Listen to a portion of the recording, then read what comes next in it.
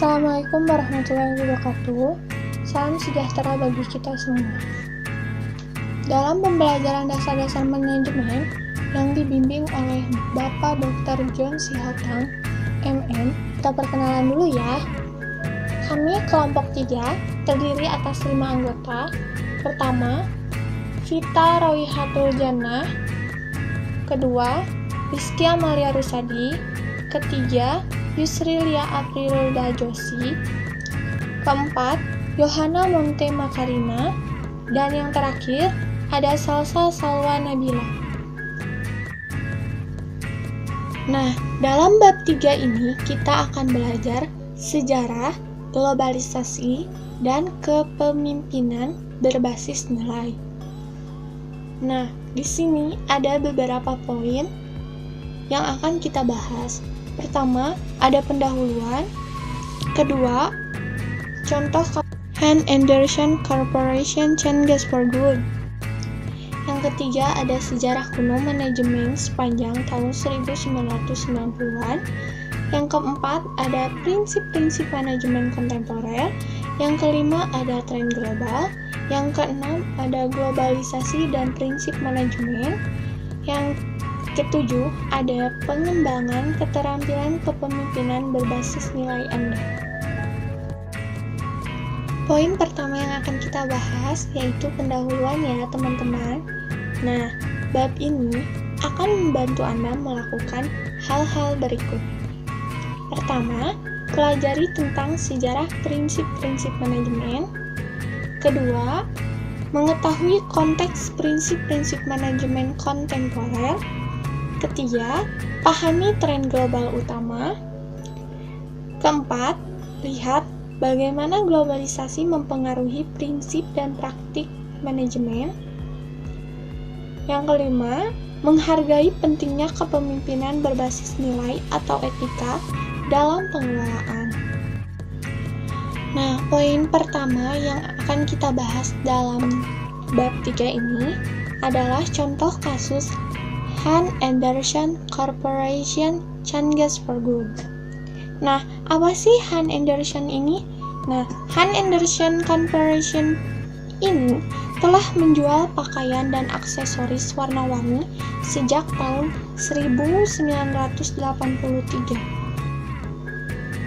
Perusahaan tersebut sekarang menawarkan lebih dari 100 juta dolar dalam penjualan tahunan dan memperkerjakan lebih dari 500 orang.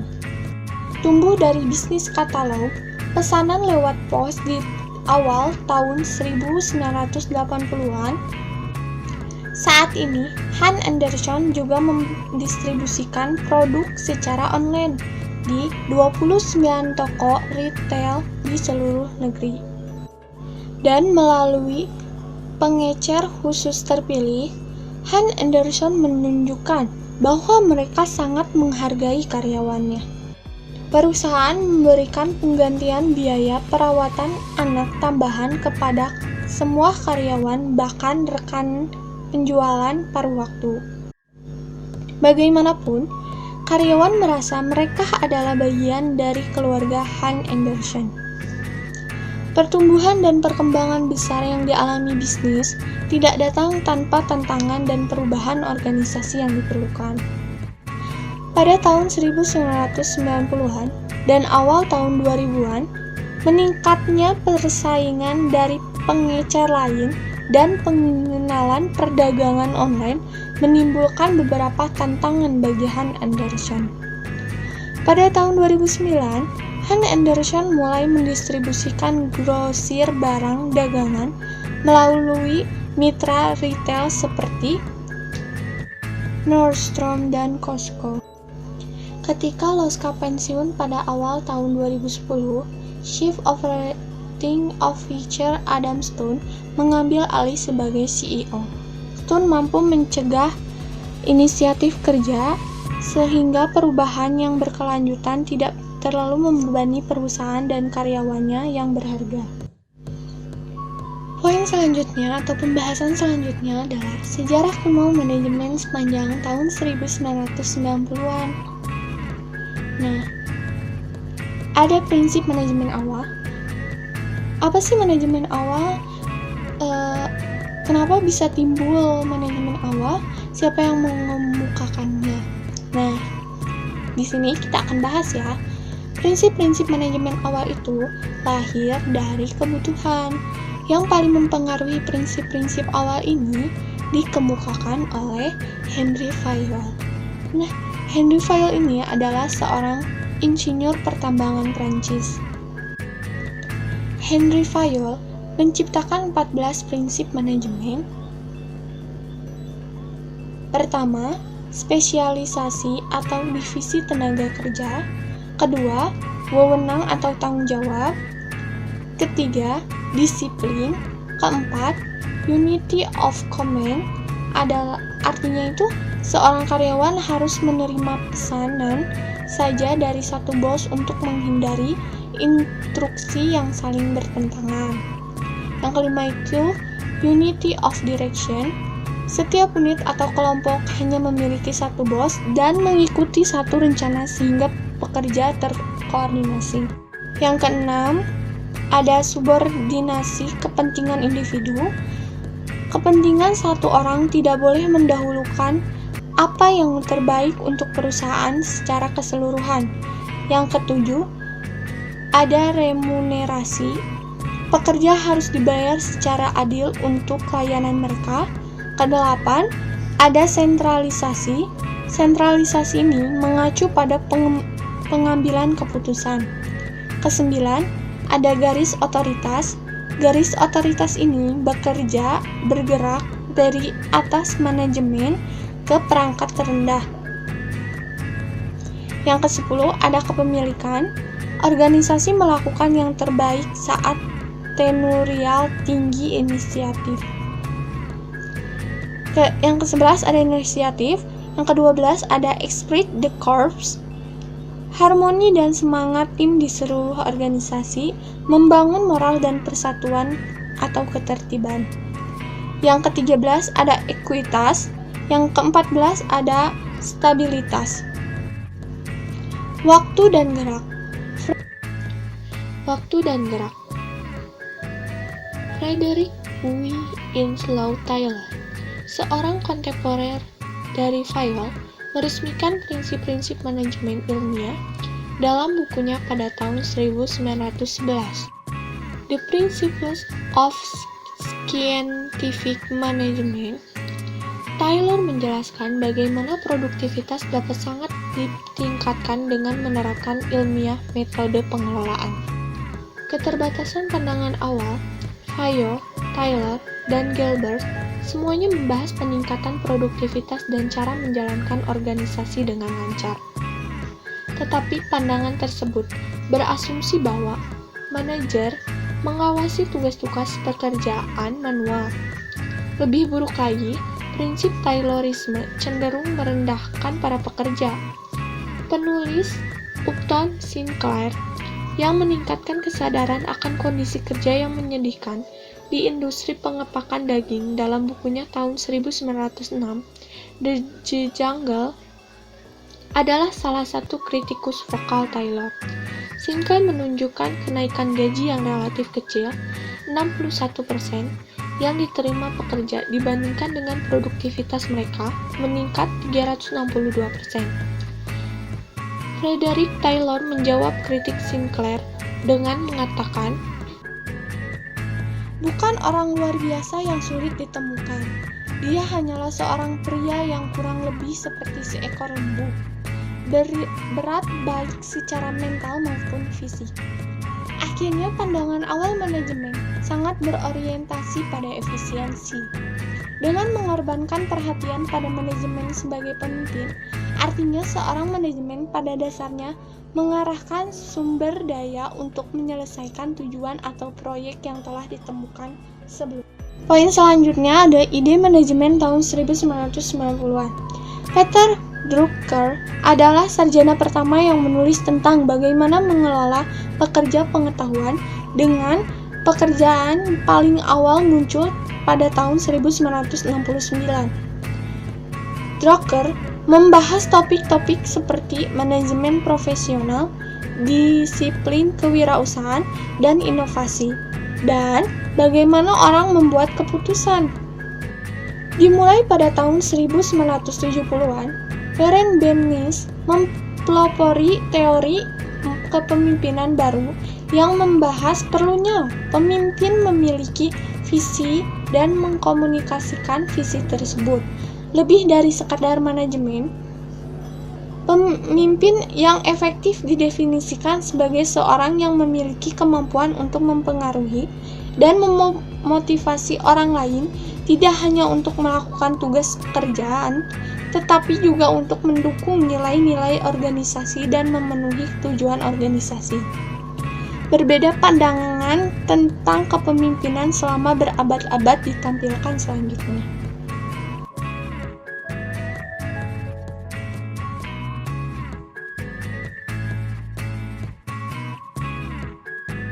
Poin yang kedua yaitu prinsip manajemen kontemporer. Yang pertama adalah korporasi sebagai gerakan sosial.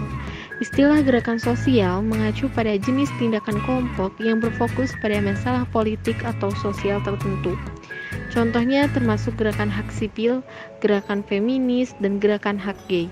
Pemimpin gerakan sosial bergantung pada karisma daripada otoritas untuk memotivasi peserta untuk bertindak. Poin yang kedua yakni jaringan sosial. Pada umumnya, jejaring sosial adalah sekelompok individu yang memiliki minat atau hasrat yang sama. Pemain poker, pecinta anjing, dan alumni sekolah menengah adalah beberapa contoh jejaring sosial yang sedang beraksi. Saat ini, jaringan sosial adalah titik awal untuk inovasi perusahaan, pengaturan individu yang berpotensi tidak terbatas yang terinspirasi oleh peluang, kedekatan, atau tugas. Orang merasa lebih baik dan bekerja lebih baik ketika mereka menjadi bagian dari sekelompok orang lain seperti diri mereka sendiri. Sikap baru terhadap jejaring sosial di tempat kerja ini dipicu oleh pertumbuhan situs jejaring sosial seperti Facebook. Poin yang ketiga yakni organisasi visual. Organisasi virtual adalah organisasi tempat karyawan bekerja dari jarak jauh, terkadang di dalam kota yang sama tetapi lebih sering melintasi negara dan melintasi perbatasan negara. Perusahaan mengandalkan komputer dan teknologi telekomunikasi daripada kehadiran fisik untuk komunikasi antar karyawan. Email, wiki, rapat web, atau misalnya seperti Webex atau GoToMeeting, telepon, dan obrolan relay internet atau IRC digunakan secara ekstensif untuk menjaga setiap orang tetap berhubungan. Poin yang terakhir adalah nilai wiki. Wiki memberi perusahaan sejumlah keuntungan, di antaranya 1. Wiki mengumpulkan bakat para ahli serta semua orang dari seluruh penjuru perusahaan dan sekitarnya di semua zona waktu dan lokasi geografis. Yang kedua, masukan dari orang yang tidak terduga membawa ide-ide segar dan koneksi tak terduga. Yang ketiga, wiki memungkinkan orang berkontribusi pada proyek kapan saja, memberi mereka fleksibilitas dalam mengatur waktu mereka. Yang keempat, sangat mudah untuk melihat evolusi sebuah ide dan orang-orang baru bisa mendapatkan mempercepat dengan melihat riwayat proyek. Yang kelima, penciptaan solusi bersama menghilangkan kebutuhan untuk menjual itu solusi untuk mendapatkan dukungan. Dan yang terakhir adalah wiki memotong kebutuhan email hingga 75% dan kebutuhan untuk pertemuan sebesar 50%. Tren global. 5 tantangan teratas. Poin pertama, meningkatkan kepedulian terhadap lingkungan. Cuaca yang semakin aneh di dekade terakhir menurut NOAA sehingga meningkatnya peristiwa pemanasan global, ancaman gagal panen, meningkatnya penyakit, dan lain-lain. 157 negara sepakat menangani perubahan iklim dengan mentandatangani perjanjian Kyoto untuk memulai panjang pengurangan emisi gas rumah kaca, uji tantangan. Menurut survei Global McKinsey Business Executive atau eksekutif dunia percaya bahwa bisnis seperti itu memainkan peranan penting yang lebih luas dalam masyarakat dan bertanggung jawab untuk menyelesaikan masalah lingkungan. Semakin banyak perusahaan menonton triple bottom line bandingan, di mana bagaimana mereka bisa mendapat keuntungan bersamaan juga dengan karyawan dan lingkungan secara keseluruhan. Poin kedua, personalisasi dan kustomisasi lebih besar. Menciptakan atau menyesuaikan produk dan layanan untuk memenuhi kebutuhan tertentu seperti dalam ukuran produk. Contohnya, laundry tire atau sabun cuci deterjen merek terlaris dunia. Poin ketiga, kecepatan inovasi yang lebih cepat. Menciptakan sesuatu yang baru, model baru, dan tersedia untuk masa sekarang bersama variasi baru, di mana produk baru dan perusahaan baru harus bergerak cepat. Poin keempat, meningkatkan kompleksitas. Menciptakan produk atau layanan yang lebih kompleks atau komplit, lebih banyak penyesuaian, seperti Nokia yang memiliki 300-400 komponen dan mengandung jutaan transistor yang sangat terkenal pada masanya. Poin kelima, meningkatkan persaingan dan bakat. Salah satu tren yang membawa pengaruh besar untuk perusahaan selama 5 tahun ke depan, di mana karyawan dituntut untuk mempunyai lebih dari satu keahlian, karena banyak faktor pekerjaan yang tergantikan oleh mesin dan solusi teratas. Poin pertama, menjadi lebih terhubung. Sekarang dapat menggunakan internet dan World Wide Web untuk menghubungkan orang dengan orang-orang yang belum pernah ada sebelumnya. Melalui lebih dari 100 jutaan situs web, kita dapat mengakses informasi, kata, suara, gambar, dan video dengan mudah. Poin kedua, menjadi lebih global. Dapat memanfaatkan lebih banyak pemasok global dan bakat global, dan internet memberi para manajer alat untuk membantu masalah menemukan solusi, pelanggan menemukan pemasok, dan inovator temukan pasar. Poin ketiga, menjadi lebih seluler. Dapat menjangkau karyawan, pemasok, pelanggan dimanapun berada menggunakan internet dan adopsi ponsel. Poin keempat, bangkitnya kelas kreatif. Dapat memposting materi iklan di Blogger atau blog, Flickr, YouTube, dan lain-lain, dan dapat menyumbangkan ide dan wawasan. Poin yang terakhir, meningkatkan kolaborasi. Dapat mengumpulkan lebih banyak orang untuk menyelesaikan masalah lebih cepat dan memastikan dapat memenuhi kebutuhan konsumen. Contohnya, inovasi Google. Poin yang keenam, globalisasi dan prinsip manajemen. Globalisasi merupakan perubahan yang terjadi di dalam lingkungan masyarakat yang dipengaruhi oleh beberapa faktor. Faktor yang bersifat modern dan berasal dari luar yang masuk sehingga hampir sebagian masyarakat akan meniru hal tersebut. Maka dari itu, kebiasaan masyarakat tradisional sudah dilupakan. Salah satunya adalah globalisasi ekonomi yang terjadi di era sekarang ini. Globalisasi dan pelajaran lintas. Perbedaan negara demi negara begitu lazim sehingga tim sarjana di seluruh dunia mengusulkan untuk membuat dan memvalidasi teori hubungan antara budaya dan efektivitas masyarakat, organisasi, dan kepemimpinan, disebut Proyek Globe. Melibatkan 170 peneliti yang bekerja bersama selama 10 tahun untuk mengumpulkan dan menganalisis data tentang nilai-nilai budaya dan praktik serta atribut kepemimpinan lebih dari 17.000 manajer di 62 budaya masyarakat. Yang kedua, orientasi kinerja. Sebuah pekerjaan terhadap seorang individu berdasarkan harapannya yang diwujudkan dalam pekerjaannya untuk melaksanakan pekerjaan secara memuaskan serta mencakup fakta-fakta seperti jam kerja, cara memperoleh kartu pengenal, dan cara pembayaran gaji. Yang ketiga, penghindaran ketidakpastian. Penghindaran ketidakpastian mencerminkan sejauh mana anggota masyarakat berusaha mengatasi kecemasan dengan meminimalkan ketidakpastian di mana suatu negara yang ingin menetapkan aturan, hukum, dan kebijakan yang ketat untuk menghilangkan atau mengendalikan hal-hal yang tidak terduga. Sebaliknya, negara-negara dengan penghindaran ketidakpastian yang rendah kurang berorientasi pada aturan.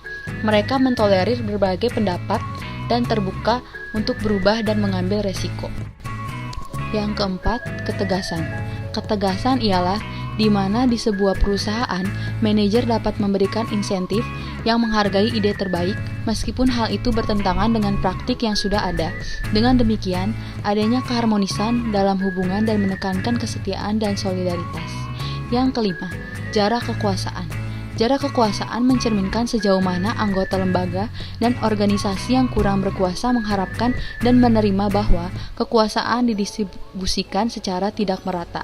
Sebaliknya, memiliki peringkat jarak kekuatan yang jauh lebih rendah daripada rata-rata dunia dan menekankan ketidaksetaraan serta tidak ada kesempatan bagi semua orang. Keenam, egalitarianisme gender. Negara-negara dengan egalitarianisme gender yang rendah didominasi laki-laki.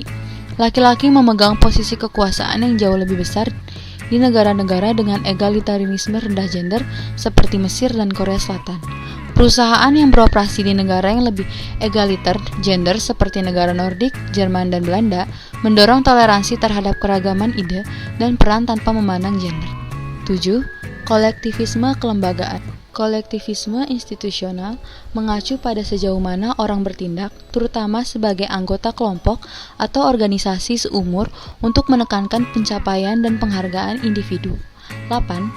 Orientasi masa depan. Orientasi masa depan didefinisikan sebagai harapan seseorang dan sejauh mana seseorang berpikir tentang masa depan.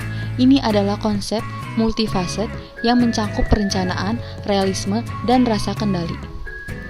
Sketsa tambahan tentang pengelolaan lintas batas dibagikan berikutnya. Yang pertama, mengelola melewati batas. Keragaman lebih dalam daripada variasi antar negara. Terkadang, perbedaan tersebut muncul di berbagai wilayah di negara yang sama. Misalnya, beberapa bagian Meksiko tidak menggunakan bahasa Spanyol sebagai bahasa utama. Oleh karena itu, toko Uchitan di Meksiko milik Walmart menjalankan bisnis dalam bahasa Zapotec setempat.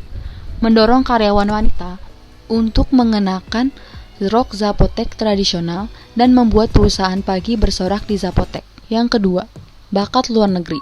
Dengan begitu banyak variasi di berbagai negara, tidak mengherankan jika negara memiliki tingkat bakat yang berbeda-beda dan pasokan tenaga kerja manajerial terampil dan tidak terampil. Perusahaan tidak boleh berasumsi bahwa negara pasar berkembang menawarkan kumpulan tenaga kerja yang lebih rendah. GM, misalnya, menemukan bahwa 50% pekerja bagian perakitan di India memiliki gelar sarjana, rasio yang jauh lebih tinggi daripada di negara lain. Yang ketiga, solusi lokal untuk orang yang memahami kebutuhan lokal. Nokia menggunakan desainer lokal untuk membuat model headset khusus negara. Model yang dirancang di India untuk orang India tahan debu dan memiliki senter internal. Model yang dirancang di Cina untuk Cina memiliki layar sentuh, stylus, dan pengenalan karakter Cina. Desainer lokal lebih cenderung memahami kebutuhan penduduk lokal daripada desainer yang berlokasi di kantor pusat. Pembahasan selanjutnya ada mengembangkan keterampilan kepemimpinan berbasis nilai Anda. Manajer menghadapi masalah seperti ini sepanjang waktu. Dilema etika dapat muncul dari berbagai bidang, seperti advertising, sourcing bahan baku, privasi, keamanan. Sangat mudah untuk berpikir bahwa orang yang berperilaku tidak etis itu sederhana, apel yang buruk atau memiliki cacat karakter, skala gaji, kebijakan harga produk, dan komunikasi. Namun kenyataannya, seringkali situasi atau keadaan yang menciptakan tekanan etis. Sebuah studi global tentang etika bisnis yang diterbitkan oleh American Management Association menemukan bahwa alasan utama terjadinya penyimpangan etika adalah: pertama, tekanan untuk memenuhi tujuan atau tenggat waktu bisnis yang tidak realistis. Kedua, keinginan untuk memajukan karir seseorang. Ketiga, keinginan untuk melindungi mata pencaharian seseorang. Nilai dan kode etik Procter & Gamble. Procter & Gamble Company merupakan 5 nilai yang mendorong kode etik bisnisnya. Nilai-nilai tersebut adalah integritas, semangat untuk menang, kepemimpinan. Pentingnya etika dalam manajemen. Manajemen melibatkan pengambilan keputusan yang seringkali memiliki komponen etika di luar dari etika pribadi atau kode moral. Manajer menghadapi pengambilan keputusan yang harus berlandaskan kode etik. Berdasarkan pengalaman dari peristiwa di Enron silam, maka sejak 2002 ketika di Sarbanes-Oxley disahkan, maka perusahaan diharuskan membuat kode etik. Undang-undang tersebut berupaya mereformasi praktik tata kelola perusahaan-perusahaan besar di Amerika Serikat. Tujuan aturannya untuk mengidentifikasikan kode etik sebagai kodifikasi standar yang secara wajar diperlukan untuk mencegah kesalahan dan mendorong perilaku jujur dan etis. Mengidentifikasi etika ke dalam pengambilan keputusan manajerial. Etika menyeratkan membuat pilihan antara aturan pengambilan keputusan tanpa ada tanda aturan yang jelas. Semisalnya dalam memilih di antara dua pemasok. Salah satu cara untuk mengatasi dilema etika adalah dengan mengikuti proses pengambilan keputusan etis, seperti yang dijelaskan di bawah ini. Langkah-langkah dalam proses pengambilan keputusan yang etis dilihat dari nilai situasinya, identifikasi, pertimbangkan, bagaimana tindakan tersebut memengaruhi perasaan Anda terhadap diri sendiri. Buat keputusan dan pantau hasil.